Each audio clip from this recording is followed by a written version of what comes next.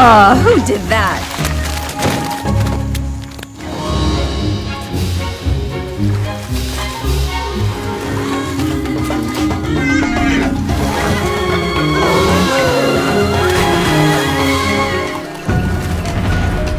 A vast number of normally solitary males have congregated at this waterhole.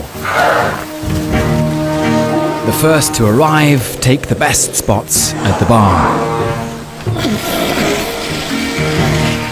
But other big bulls are always trying to push in. 6-foot tusks can be a pain in the backside.